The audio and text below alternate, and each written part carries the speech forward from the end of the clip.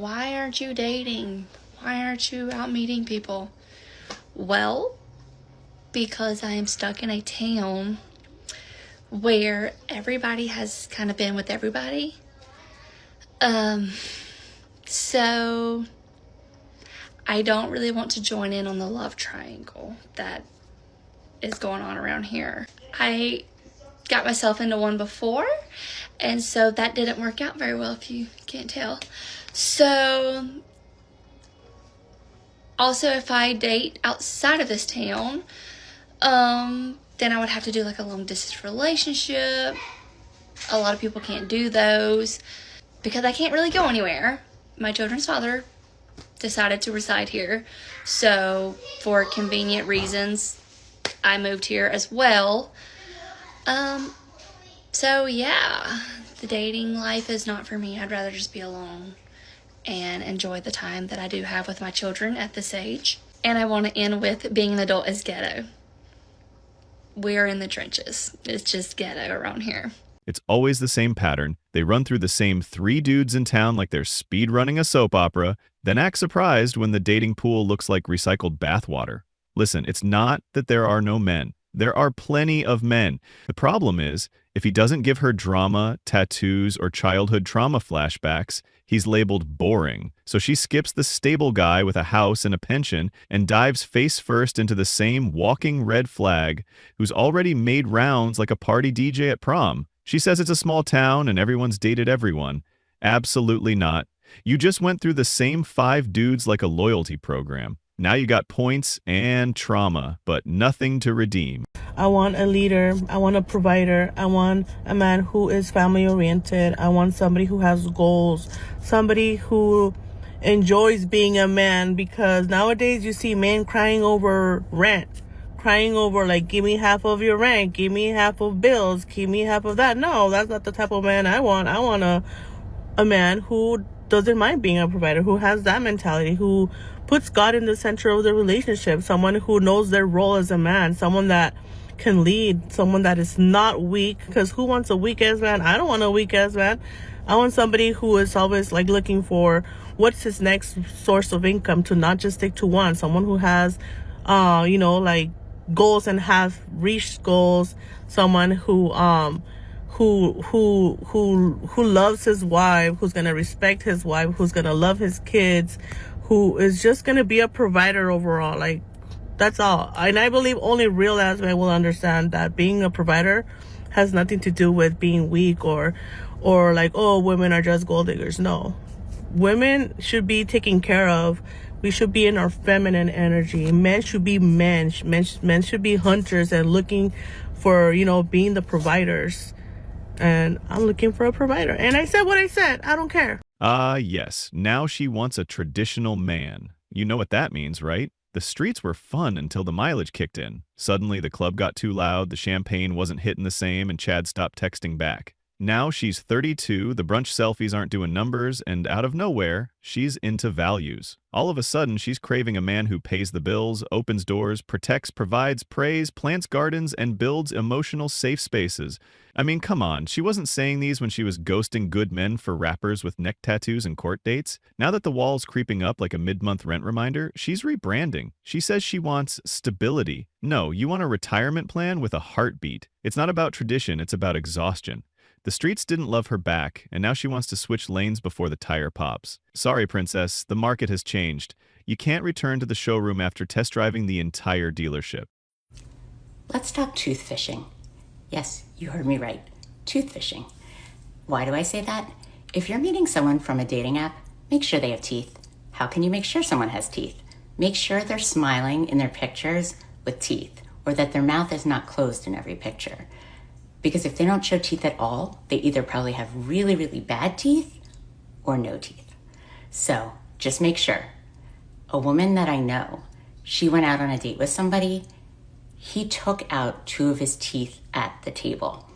I guess he was waiting for something to come in. I don't know, like a partial, whatever it's called, fake teeth. I don't know. Maybe wait until your teeth are in to go on a lunch date. He literally took out his teeth at the table, she said. Like front teeth. Front teeth. He didn't have front teeth. I would say like wait or go on just a date where you're drinking or something. If you have to take out your teeth on a date, I don't know. Yeah. So anyway, tooth fishing. It's a thing. I've heard of it. It's a thing. Look, fake teeth ain't even the problem. Nobody's shaming dentures. We're all going to end up swapping body parts eventually. The real tragedy here is that these women are shocked by what the dating pool looks like at 50 plus. Like they didn't spend their 20s and 30s skipping good men like they were potholes. The guy probably had his life in order, a clean house, stable income, maybe even paid off his mortgage before your student loans. He just happened to take out his dentures during dinner, which I don't condone. Meanwhile, she's over here treating it like he pulled out a chainsaw. You'd think she matched with Ted Bundy, when really she met a man who's been through life and has the receipts to prove it, including the dental ones. You want a traditional man with money, charm, experience, and all his original parts? Baby, you should have locked that down 30 years ago when he was still paying off braces. But nah, you wanted butterflies. Now you're terrified of a man who pops out his teeth before dessert, even though he probably treats women better than half the guys you chased in your prime. There's nothing wrong with being a gold digger. Do people really expect women to look for someone without money? Because let's be real, men have been strategic in choosing their partners forever. They want beauty, youth, someone who makes their life easier. But the second a woman says she wants financial security, suddenly she is seen as shallow. As a divorce lawyer, I've seen what happens when women don't make financial stability a priority in choosing their future husband. Love does not pay the bills, and love will not save you when your marriage falls apart. I recently learned what hypergamy means, and it means dating up.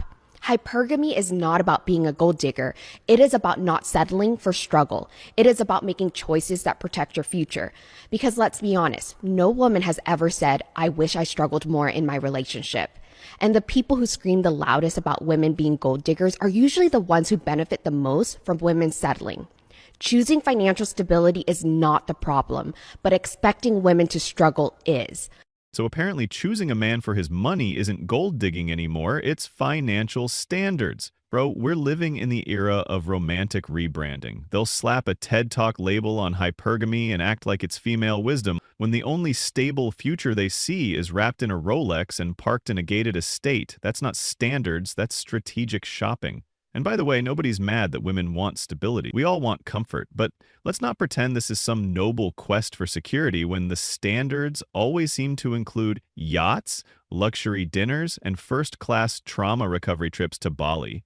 And the wildest part? These same women will look down on regular guys like earning $60K and paying bills on time as a failure. Meanwhile, the same high standards get thrown out the window the moment a billionaire with a wandering eye gives her a little attention. Truth is, men who go for beauty still have to provide, but women who go for money get to retire. So no, it's not about stability. It's about monetized dating with a rebrand and a side of entitlement. Just don't cry foul when a man treats you like a leased asset instead of a lifelong partner. You chose the wallet, not the man. Story time on how I almost got murdered on a date. Fuck. That sounds like so nonchalant. So, small backstory. I'm newly divorced. Naturally, I met a guy. Obviously, we hit it off. He asked me out. He asked for my number. All the things. So, we go on a few dates. I go back to his apartment. This is where everything goes so wrong. So, I walk into his apartment. And to the right is like the shoes and like just where you put everything down. And to the left is like his couches. So I walk in and I turn it to like take my shoes off and put my stuff down. But I kind of like glance around really quick. I don't think I'm allowed to say this on TikTok. So he had multiple, plural, several of them just laid out on his couch. So I don't take my shoes off. I just kind of sit on the side of the couch while I wait for someone to come pick me up. I try to make like a lighthearted joke saying like, oh, are you planning on Ted Bundying me? Ha ha ha ha. And he just like deadpans.